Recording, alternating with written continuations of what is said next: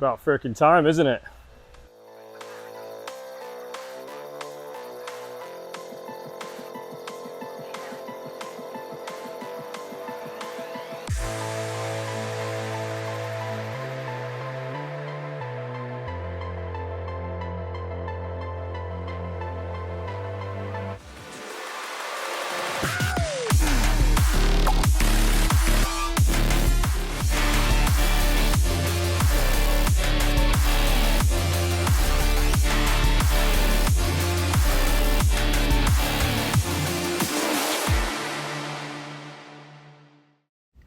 All right, guys, it's 250R time. Super excited to finally be getting this chassis together. Now, we're actually going to go with fabricated A-arms on this build. And the first problem I ran into was these old rusty, crusty bolts from 1987. So I went ahead and ordered some new ones. These are a little bit heavier duty. I'm also going to go with a really nice nylon locking nut. These are ordered from MC Master. Now, we actually use these on a lot of our CR500 bolt-in kits. We've had really good luck with these nuts. They never loosen up. But yeah, so first step's going to be getting some fresh hardware and getting this bike together.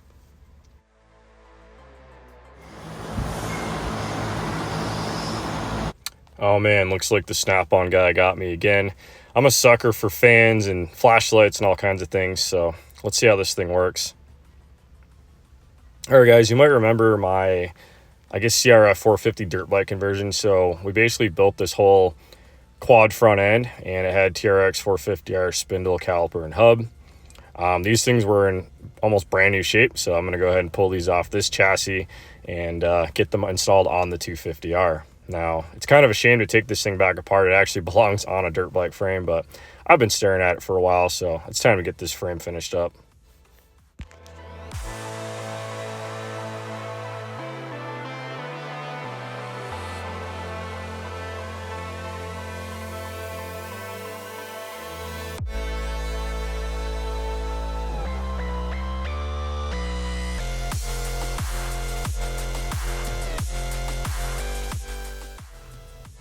Shout out to Jerry White. He created a really cool ball joint tool, and I believe he actually sold this design to Mike Walsh. So basically this thing just is a reverse press. So you're going to press your ball joints out, and it's a super cool tool. Check it out.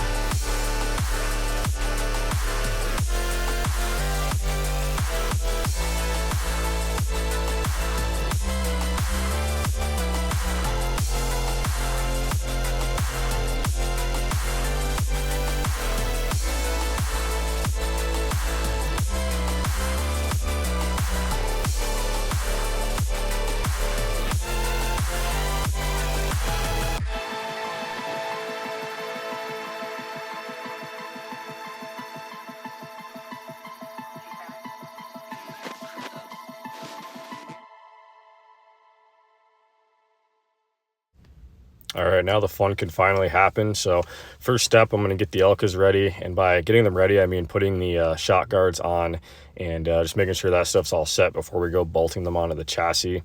And yeah, we're basically in the next few clips, we're going to get the A-arms installed, get the shocks on, and make sure everything looks right. So let's continue on, guys.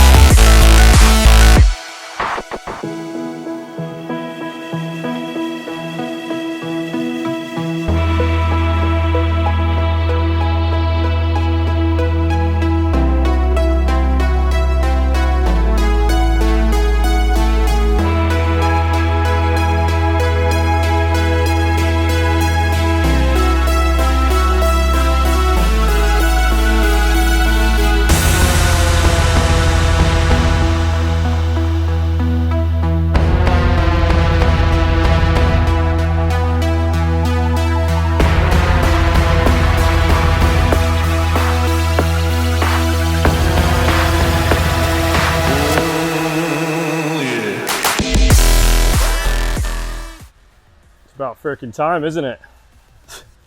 Today was the day this bad boy got put on the ground. I'm very excited about it.